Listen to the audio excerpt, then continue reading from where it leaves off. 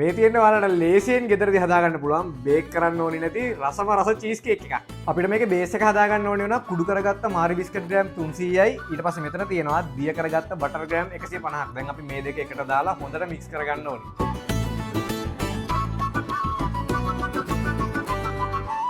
මම මේ වගේ කේක් ට්‍රේ එකක් අරගෙන තියෙනවා. දැන් අපි මේ හදාගත්ත බේස් එක මේ කේක් ට්‍රේ එකේ පතුලට දාලා හොඳට මේක සමතලා කරගන්න ඕනේ. ඔයාලට පුළුවන් මේ වගේ එකක් පාවිච්චි කරන්න නැත්නම් පිරිසිදු කරගත්ත අත් වලින්ම ඔයාලට මේක කෙලින්ම සමතලා කරගන්නත් පුළුවන්.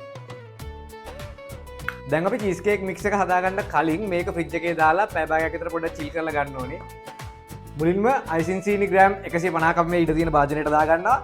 ඊට පස්සේ චීස් කේක් වලට අනිවාර්යයෙන්ම ඕනේ ක්‍රීම් චීස්. ඉතින් ක්‍රීම් චීස් නැත්නම් ඒක චීස් කේක් කියන්නේ නෙමෙයි. අපි මෙතන ක්‍රීම් චීස් ග්‍රෑම් 400ක් අරගෙන තිනවා. ඒකත් මේ අයිසින් සීනි එකටම දාගන්නවා. වැනිලා දිය කරගත්ත ජෙලටින් මේ සැන්ඩි එකක්. මම මෙතන ෆ්‍රෙෂ් ක්‍රීම් අරගෙන තියෙනවා. මෙතන ෆ්‍රෙෂ් ක්‍රීම් වලින් මිලිලිටර් 200ක් තියෙනවා. ඉතින් දල වශයෙන් ග්‍රෑම් 200ක්. අපි ඒකත් මේකට දාගන්නවා. දැන් ඉතින් ආයෙත් හොඳට බීට් කරගන්න තමයි තියෙන්නේ. වැඩි ස්පීඩ් එක වැඩි කරගන්න හදන්න එපා.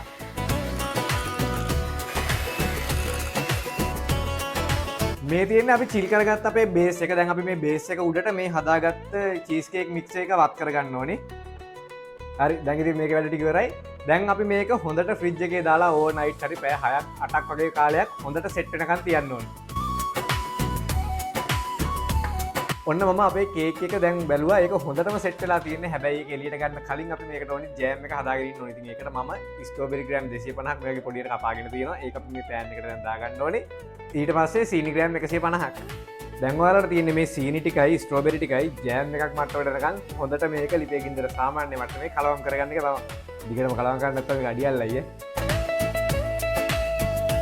මෙන්න මේක තමයි අපේ ජෑම් එක තියෙන්න ඕනි පදම. ඉතින් මේක වැඩි නම් රත් කරගන්න යන්න එපා. ගානට රත් කරගන්න ඕනි. මොකද නැත්නම් මේක ජෑම් එකක් ඇති. ඒකත් ටොෆි එකක් වෙයි. දැන් ඔයාලා මේ ජෑම් එක හොඳටම නිවෙනකන් තියන්න ඕනේ.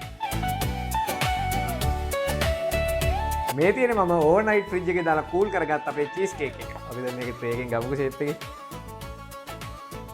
මේ තියෙන අපි හදාගත්ත ස්ට්‍රෝබෙරි ජෑම් එක. ඉතින් අපි දැන් මේක උඩින් මේක දාගමු. මේක මතක තියාගන්න හොඳටම නිවිලා තියෙන්න ඕනේ මේ චීස් කේක් උඩින් දාගන්න කලින්.